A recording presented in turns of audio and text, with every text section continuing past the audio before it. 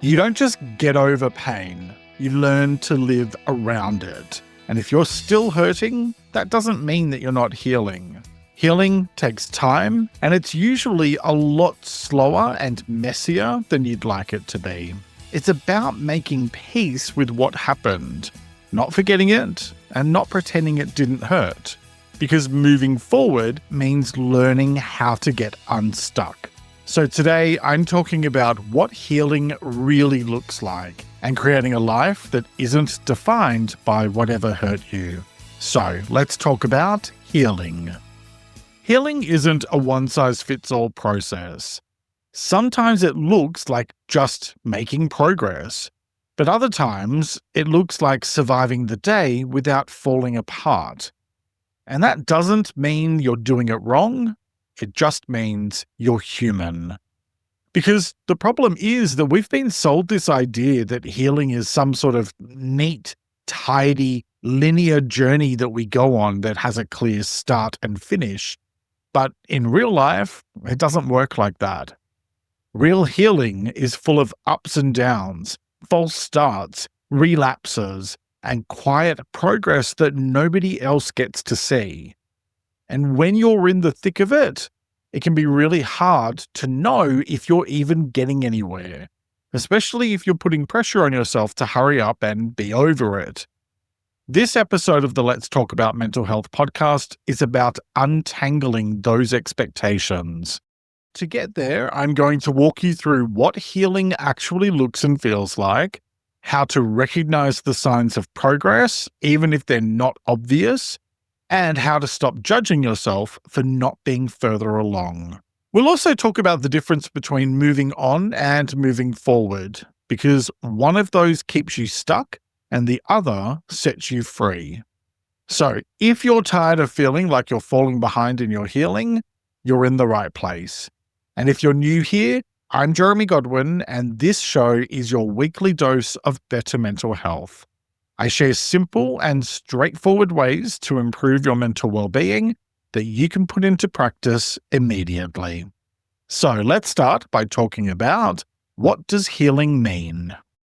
Healing is the process of making peace with what hurt you so that it can no longer control you or how you think and feel or how you live your life.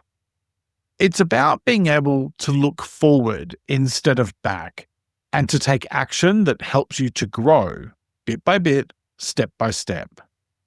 The thing about healing is that it is a process, not an event. So it doesn't just happen magically all at once. It's not something that you sit down one day and do a certain exercise or talk to a certain type of person, and that's it, you have healed. There's no perfect Hollywood moment when everything suddenly feels fine and your burden is somehow lifted from your shoulders. And if you're waiting for that, then you're always going to feel stuck. Because healing unfolds slowly, and often it's quiet. It happens through your choices and the small shifts you make that add up over time. Now, there are some days that it's going to look like making real tangible progress, and you can really put your finger on it and identify it. But other days, it might just look like getting through the day without falling apart. But both of them count. Healing is about finding acceptance, not erasure. Now, healing doesn't mean that you forget what happened or that you pretend that it didn't matter. It means learning how to live with the pain without letting it control you. It means that you stop running from it. It means that you stop letting it define you. And over time, it means that you build a life for yourself around it, around whatever happened. Not to erase that pain, but to hold it more gently and to integrate it into the core of who you are. Now, healing often feels worse before it feels better. And this is the part of healing that nobody really talks about. Healing is exhausting, physically and emotionally. It can be incredibly uncomfortable, And most often, it can bring up really complicated emotions like grief. And you can even have moments that feel like you're going backwards. During your healing process, you will face stuff that you've been avoiding for years. And it can feel like you're opening a can of worms that really, there are going to be days that you may even just want to put that can of worms back on the shelf and pretend that it's not even there. The ache, the anger, the agony of guilt, it can all rise to the surface weeks, months, years after whatever happened. And that doesn't mean that your healing is not working. In fact, those moments are often when the real healing is happening. At the core of it all, it's about finding and creating peace within yourself. Not because the pain somehow disappears, but because you stop letting it own you. That kind of peace doesn't happen overnight, but it does happen one brave, messy, imperfect step at a time. Yes, it's tough, and yes, it's hard work, but there are huge payoffs when you put in the effort and when you treat yourself with kindness as you go through your healing journey day by day, step by step. Healing is not something that just happens in the blink of an eye, and it's not something that just happens because you will it to or you demand it to. Healing is hard. And so that brings me to the next part of this episode. Why is healing so hard? And there are actually quite a few reasons why the healing journey feels so difficult. So let's talk through a few of them. First, healing is hard because it requires you to feel what you've spent years trying not to feel. Most of us avoid pain. Very few people go, "Ooh, pain, great, give me that." That's a totally normal thing, right? Whether it's healthy or not is a whole other conversation. But really, who wants to feel pain if they can avoid it? So we distract ourselves. We suppress our pain. We numb it. We push it down, or we try to outrun it. But healing forces you to slow down and look at and poke and prod and feel the very things you've been avoiding for months, for years, for decades. And of course, it's going to feel awful at times. There's nothing wrong with you for finding it difficult. You're just finally giving your pain the attention it's been asking for all along. And that's incredibly uncomfortable, but it's also necessary. Because pain doesn't go away just because we ignore it. Healing often strips away your coping mechanisms. So when you start to heal, you begin questioning the habits and patterns that you've used to survive, even the unhealthy ones. And that might mean letting go of people-pleasing, perfectionism, overworking, numbing your pain, or staying in toxic relationships just to feel safe. And the scary part is that you haven't built new ways of coping yet. So for a while, it kind of feels like you're standing in the middle of a life that you don't know how to navigate yet. And it's incredibly unsettling. But it's also a sign that you're no longer settling for just surviving. You're choosing growth. Now, healing also brings up grief. And this is one of the hardest parts of healing to deal with. So you may find yourself grieving things that never happened, like the love you didn't receive, the apology you never got, the childhood you needed but didn't have. The hardest thing for me in my own journey of healing from an abusive childhood and messed up family dynamics well into adulthood and well into this decade has been a kind of slap in the face realization that I never knew what it was to feel safe and protected as a child. I was constantly in fight or flight mode because my mother was physically and emotionally abusive, and I ran on pure adrenaline and fear for the majority of my childhood and teenage years. Honestly, I think I'm still processing that fact, but I'm definitely a lot further along in that journey than I was even just a few years back, thanks to a lot of work with my therapist. And that type of grief that comes up with recognizing things like that during the healing process is real, it is tangible, and it deserves to be felt.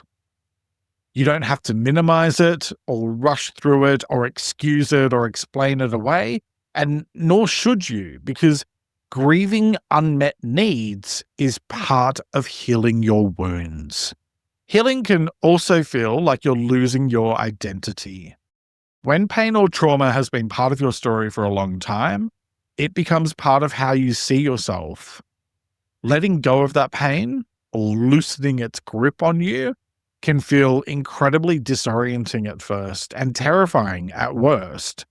And you can find yourself wondering, whether it's conscious or subconscious, who am I without this hurt? Or who am I if I'm not constantly struggling? And those types of questions are incredibly uncomfortable, but they're also another sign that you're rebuilding your sense of self. And that's a great thing, because that means that you get to choose who you become next. Healing doesn't follow a timeline.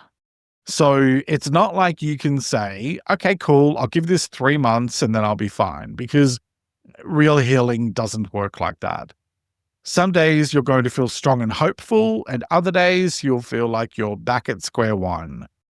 But just because it feels like you're having a setback, that doesn't mean it actually is one. Because progress isn't always obvious in the moment. Often you can only see how far you've come when you look back. Now, you might not get closure, but you don't actually need it to heal. So it is one of the hardest things to accept, the idea that the person who hurt you may never say sorry or may never make amends. That's often what we want in terms of closure and even in terms of justice. But the justice you want may never come. The loose ends might stay loose. But healing isn't about wrapping things up with a neat little bow.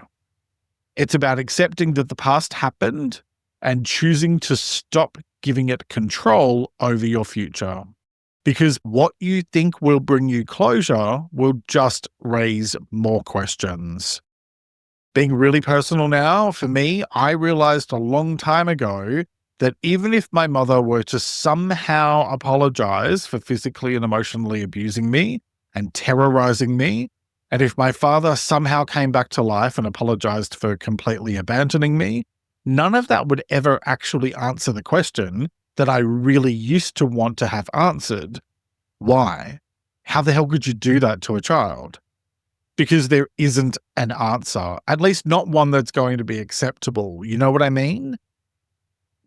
This is about really recognizing and really understanding that you don't need closure from someone else to begin again or to move forward. You just need to decide that your peace of mind is worth more than staying stuck in the horrible emotions associated with what you went through. So, yes, healing is hard, but the fact that it's hard doesn't mean that it's impossible, and it doesn't mean that you don't do the work. Because this is where that perseverance bit kicks in that I was talking about earlier.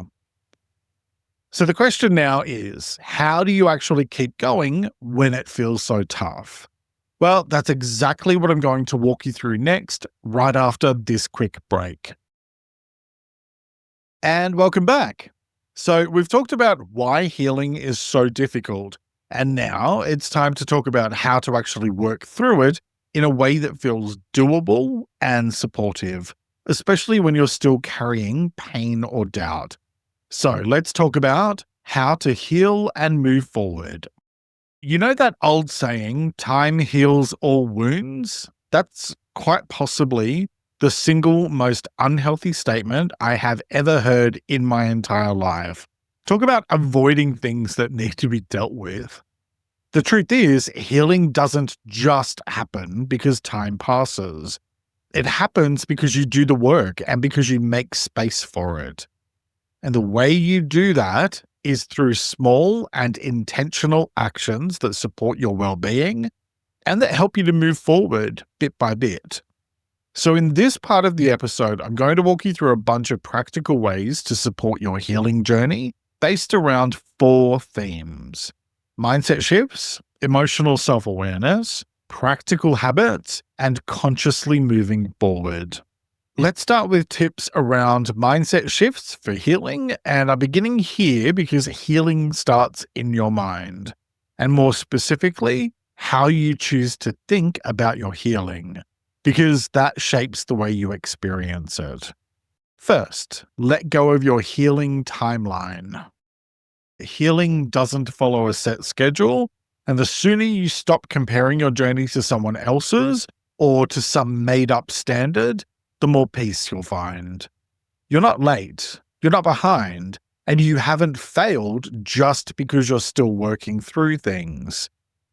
Everyone's healing takes a different shape and form, and it happens at your own unique pace.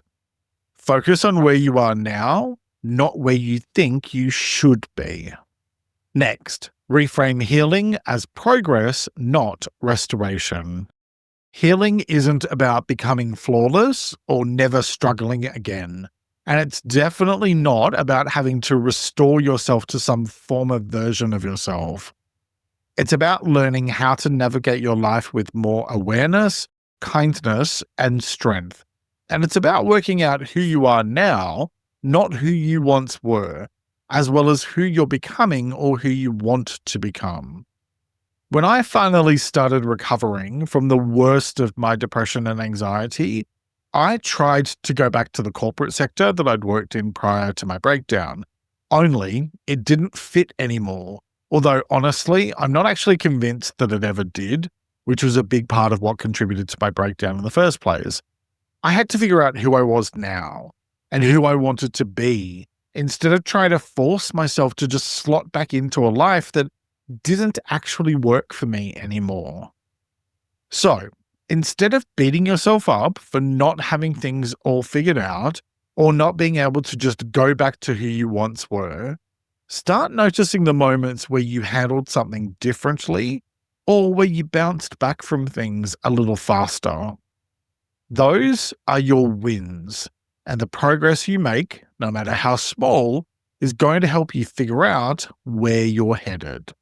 Okay, next, stop waiting for closure. That perfect apology or explanation might never come, and even if it does, it won't magically make the pain disappear. Closure is not something someone gives you. It's a decision that you make to stop letting the past define your present and your future. That doesn't mean pretending nothing happened. It means choosing yourself instead of waiting to be chosen by someone else. You don't need their words to start healing. You just need you. All right, now let's talk about tips for emotional self-awareness. And this is based around the idea that healing is deeply rooted in the relationship you have with yourself, and especially in the way that you speak to yourself when you're hurting. So, my first tip here is notice your inner critic and challenge it. Most of us have an internal voice that's quick to criticize and slow to offer encouragement. And half the time, we don't even realize that it's yammering away in the background. Start consciously paying more attention to your internal dialogue when you're struggling or upset. When that nasty voice pipes up with something cruel or harsh, say to yourself, "Nope, we're not doing that today." Or you could say, "That's not helpful." It can even help to say one of those out loud, although it probably helps to be mindful about not telling yourself off if you're in a public place. You don't have to replace that voice with cheesy affirmations, just interrupt the pattern. Every time you do, you weaken its grip on you. Remember, you don't have to believe everything you think. Next, recognize your progress in hindsight. You might not feel like you're healing in the moment, but if you look back, you'll probably notice you're not the same person that you were 6 months ago. and you'll be more aware of how far you've come. Start writing down the changes you've noticed, even if they feel tiny, because they're not. Those shifts matter much more than you think. Healing doesn't always feel like progress until you stop and take a look back. Next, learn to sit with your feelings instead of trying to fix them. Sometimes the most powerful thing you can do is to just let yourself feel what you feel without trying to rush it or make it go away.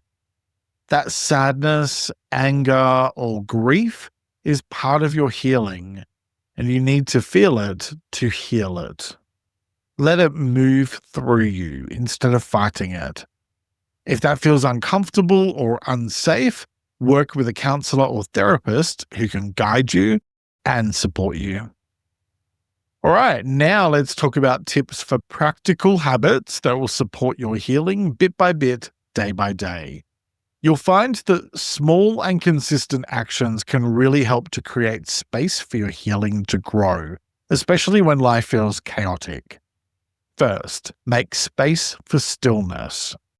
If your days are filled with noise and distractions, or even just constant stimulation, then your nervous system doesn't get an opportunity to reset, which it needs, not just to feel a bit calmer, but to give yourself space to just simply be, which is a fundamental part of connecting with yourself more, which then helps healing. So even 5 minutes of silence a day can help in a massive way. Try just sitting in quiet without reaching for your phone. Or you could take a walk without listening to music. Whatever you do, just make a conscious choice every day to let your brain breathe. Because stillness is where healing finds room to grow. Next, set one simple boundary that protects your peace. You don't have to overhaul your entire life overnight, but you can start by identifying just one thing that's draining your energy and then doing something about it. Maybe it's muting a social media account that gets on your nerves, or turning your phone off after 8 p.m. so you can have some peace and quiet, or allowing yourself to say no without guilt. Boundaries are the language of self-respect, and they're necessary to create space for your needs and your healing. If boundaries are something that you tend to struggle with, check out episode 248 about how to set healthy boundaries. It's linked in the description, or head to ltamh.com/episodes. Okay, next, create a healing anchor in your week. And this is about grounding your week in one small ritual that reminds you of your growth. It could be journaling once a week, taking a walk in nature, lighting a candle and breathing for 5 minutes, or it could simply be checking in with a friend. It doesn't have to be big. It just has to be something that consciously brings you back to yourself. Healing happens in the little things that you do on purpose.